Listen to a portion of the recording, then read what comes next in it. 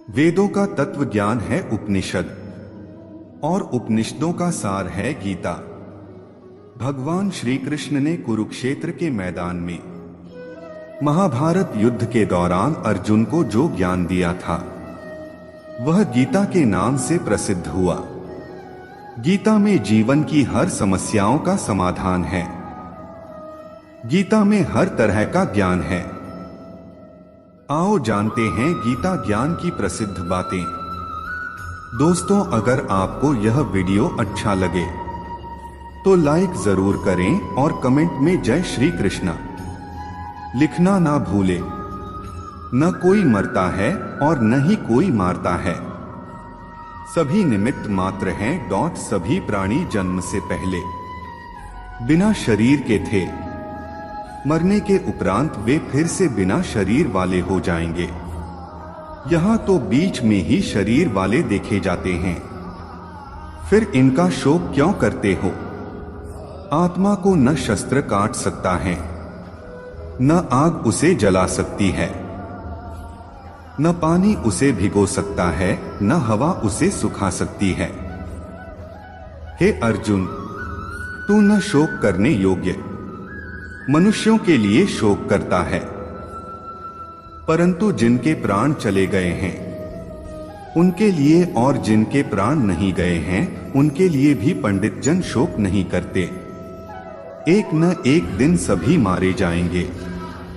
कोई आज मर रहा है तो कोई कल मरेगा। यह मृत्यु लोक है और मृत्यु ही सबसे बड़ा रोग है। मृत्यु को छोड़कर अमृत के बारे में सोचो। कर्म पर ही तुम्हारा अधिकार है, लेकिन कर्म के फल में कभी नहीं। इसलिए कर्म फल के लिए मत करो और न ही काम करने में तुम्हारी आसक्ति हो। संपूर्ण प्राणियों का आत्मरूप परमात्मा ही आत्मा है। ऐसा कर्मयोगी कर्म करता हुआ भी लिप्त नहीं होता। कर्म में कुशलता को ही योग कहते हैं। क्रोध से मनुष्य की मति मारी जाती है, यानी मूढ़ हो जाती है, जिससे स्मृति भ्रमित हो जाती है।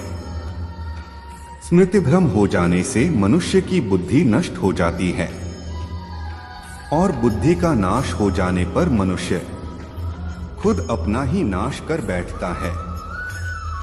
हे अर्जुन, सभी धर्मों को त्याग कर, अर्थात हर आश्रय को त्याग कर केवल मेरी शरण में आओ। मैं तुम्हें सभी पापों से मुक्ति दिला दूंगा। इसलिए शोक मत करो। माया द्वारा जिनका ज्ञान हरा जा चुका है, ऐसे आसुर स्वभाव को धारण किए हुए मनुष्यों में नीच दूषित कर्म करने वाले मूढ़ लोग मुझको नहीं भजते, परंतु उन अल्प बुद्धि वालों का वह फल नाशवान है तथा वे देवताओं को पूजने वाले देवताओं को प्राप्त होते हैं और मेरे भक्त चाहे जैसे भी भजें, अंत में वे मुझको ही प्राप्त होते हैं। काम, क्रोध तथा लोभ, ये तीन प्रकार के नरक के द्वार हैं, आत्मा का नाश करने वाले, अर्थात उसको अधोगति में ले जाने वाले हैं। अत इन तीनों को त्याग देना चाहिए। श्री कृष्णा बोले, मैं लोगों का नाश करने वाला बढ़ा हुआ महाकाल हूं।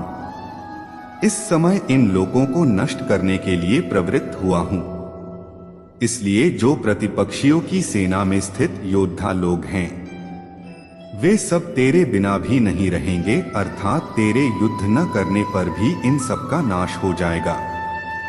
जगत दो प्रकार के हैं, शुक्ल और कृष्ण, अर्थात देवयान और पितृयान मार्ग सनातन माने गए हैं। इनमें एक द्वारा गए हुए को वापस नहीं लौटना पड़ता, वह परमति को प्राप्त होता है, और दूसरे के द्वारा गया हुआ फिर वापस आता है, अर्थात जन्म मृत्यु को प्राप्त होता है। गीता के अनमोल वचन। जिस प्रकार मनुष्य अपने पुराने वस्त्रों को त्याग कर नए वस्त्र को धारण करता है, ठीक उसी प्रकार आत्मा पुराने तथा व्यर्थ के शरीरों को त्याग कर नए भौतिक शरीर को धारण करता है। प्रत्येक व्यक्ति इस भौतिक शरीर रूपी रथ पर आरूढ़ है। और बुद्धि इसका सारथी है। मन इसका लगाम है तथा इंद्रियां घोड़े हैं। इस प्रकार मन तथा इंद्रियों की संगति से यह आत्मा सुख या दुख को भोगता है। मृत्यु के समय जीव द्वारा विकसित की गई चेतना उसे दूसरे शरीर में ले जाती है। कौन क्या कर रहा है, कैसे कर रहा है और क्यों कर रहा है, इन सब से आप जितना दूर रहेंगे उतना ही आप खुश रहेंगे। समझदार व्यक्ति जब संबंध निभाना बंद कर देता है तो समझ लेना उसके आत्मसम्मान को कहीं न कहीं ठेस पहुंची है। अहंकार, घमंड, क्रोध और निष्ठुरता ये अज्ञान से उत्पन्न हुए आसुरी प्रकृति के लोगों के भूर्ण हैं। इनका त्याग करना ही हमें अच्छा इंसान बनाता है। मोह उसी का करो जिस पर आपका अधिकार है। जिस पर आपका अधिकार ही नहीं है उसका मोह भी नहीं करना चाहिए। जितना हो सके खामोश रहना ही अच्छा है, क्योंकि सबसे ज्यादा गुनाह इंसान से उसकी जुबान ही करवाती है। हे अर्जुन, अपने परम भक्तों जो हमेशा मेरा स्मरण या एक चित्त मन से मेरा पूजन करते हैं, मैं व्यक्तिगत रूप से उनके कल्याण का उत्तरदायित्व लेता हूं। हे परंतप, जो लोग भक्ति में श्रद्धा नहीं रखते वे मुझे प्राप्त नहीं कर पाते, अत मृत्यु के मार्ग पर वापस आते रहते हैं। मौन सबसे अच्छा उत्तर है किसी ऐसे व्यक्ति के लिए जो आपके शब्दों को महत्व नहीं देता है। बदल जाओ वक्त के साथ या फिर वक्त बदलना सीखो। मजबूरियों को मत कोसो, हर हाल में चलना सीखो। किसी काम की चिता करना ठीक है, पर चिता इतनी भी नहीं होनी चाहिए कि वह काम ही बिगड़ जाए। अच्छी नियत से किया गया काम कभी व्यर्थ नहीं जाता और उसका फल आपको जरूर मिलता है। मैं किसी का भाग्य नहीं बनाता, हर कोई अपना भाग्य खुद बनाता है। आप आज जो भी कर्म कर रहे हो उसका फल आपको कल प्राप्त होगा, और आज जो आपका है वह आपके द्वारा पहले किए गए कर्मों का फल है। मनुष्य नहीं उसके कर्म अच्छे या बुरे होते हैं, और जैसे मनुष्य के कर्म होते हैं उसे वैसा ही फल प्राप्त होता है। जीवन में कभी निराश नहीं होना चाहिए, क्योंकि कमजोर आपका वक्त होता है, आप नहीं। वह सब कुछ करो जो तुम्हें करना है, लेकिन लालच से नहीं, अहंकार से नहीं, वासना से नहीं, ईर्ष्या से नहीं, बल्कि प्रेम, करुणा, नम्रता और भक्ति के साथ। जिस इंसान के चारों तरफ नकारात्मक लोग रहते हैं उस इंसान का मंजिल से भटक जाना तय है। बुरे कर्म करने नहीं पड़ते हो जाते हैं और अच्छे कर्म होते नहीं करने पड़ते हैं। राधा ने श्री कृष्ण से पूछा, प्यार का असली मतलब क्या होता है? श्री कृष्णा ने हंसकर कहा, जहां मतलब होता है वहां प्यार ही कहाँ होता है। जीवन में कभी मौका मिले तो किसी के लिए सारथी बनना स्वार्थी नहीं। असली खुशी की कुंजी यही है कि अपने मन से इच्छाओं के बोझ को हल्का कर दो, अपना दिल अपने काम पर लगाओ, इसके इनाम या परिणाम पर नहीं। अगर आप किसी को छोटा देख रहे हो तो आप उसे या तो दूर से देख रहे हो या तो अपने भीतर के अहंकार से। युद्ध हो या जीवन, सफलता केवल 3 शस्त्रों से प्राप्त होती है, धर्म, धैर्य और साहस। वह सब कुछ करो जो तुम्हें करना है, लेकिन लालच, अहंकार, वासना या ईर्ष्या से नहीं, बल्कि प्रेम, करुणा, नम्रता और भक्ति से।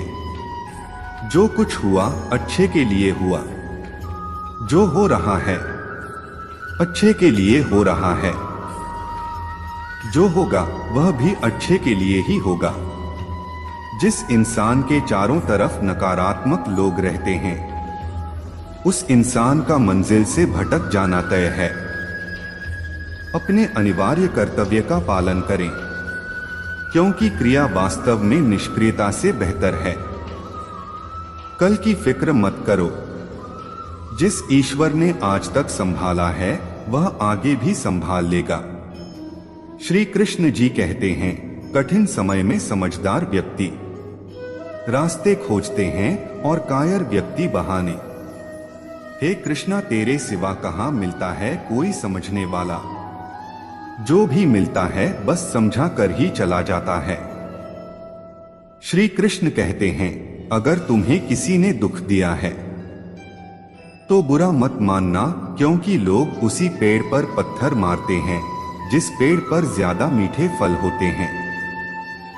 अहंकार तब उत्पन्न होता है जब हम भूल जाते हैं कि प्रशंसा हमारी नहीं हमारे गुणों की जा रही है। जो मन को नियंत्रित नहीं करते, मन उन्हें नियंत्रित कर लेता है और उनके लिए वह शत्रु के समान कार्य करता है।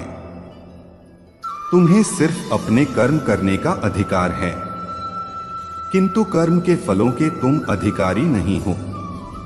तुम न तो कभी अपने आप को अपने कर्मों के फलों का कारण मानो, न ही कर्म न करने में कभी आसक्त हो।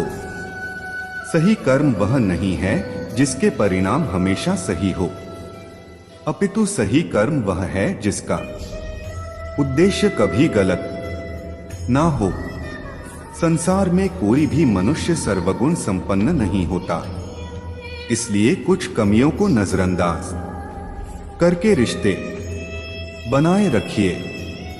पूर्णता के साथ किसी और के जीवन की नकल करके जीने की तुलना में अपने आप को पहचान कर अपूर्ण रूप से जीना बेहतर है। जब भविष्य धनुधला पड़ने लग जाता है, तब आपको अपने वर्तमान में ध्यान केंद्रित करने की आवश्यकता है। कोशिश कर, हल निकलेगा, आज नहीं तो कल निकलेगा। अर्जुन तीर साथ मरुस्थल से भी जल निकलेगा। जीवन की सबसे बड़ी गलती वही होती है जिस गलती से हम कुछ सीख नहीं पाते हैं। जब हमारा माइंड यानी कि मन कमजोर होता है और परिस्थितियां समस्या बन जाती है, और जब मन स्थिर होता है तब परिस्थितियां चुनौती बन जाती है। जब हमारा मन मजबूत होता है तो परिस्थितियां अवसर बन जाती है। मनुष्य की मानवता उसी वक्त नष्ट हो जाती है जब उसे दूसरों के दुहक पर हंसी आने लगती है। हे भरतवंशी, शरीर में रहने वाले का वध कभी भी नहीं किया जा सकता, अतः तुम्हें किसी भी जीव के लिए शोक करने की आवश्यकता नहीं है। समय यही सिखाता है कि जिंदगी किसी का इंतजार नहीं करती और न ही किसी के लिए रुक सकती है। जिंदगी खेलती भी उसी के साथ है जो खिलाड़ी बेहतरीन होता है। दर्द सबके एक जैसे हैं, मगर हौसले सबके अलग अलग है। कोई हताश होके बिखर जाता है तो कोई संघर्ष करके निखर जाता है। मनुष्य को अपने कर्मों के संभावित परिणामों से प्राप्त होने वाली विजय या पराजय, लाभ या हानि, प्रसन्नता या दुख इत्यादि के बारे में सोचकर चिंता से ग्रसित नहीं होना चाहिए।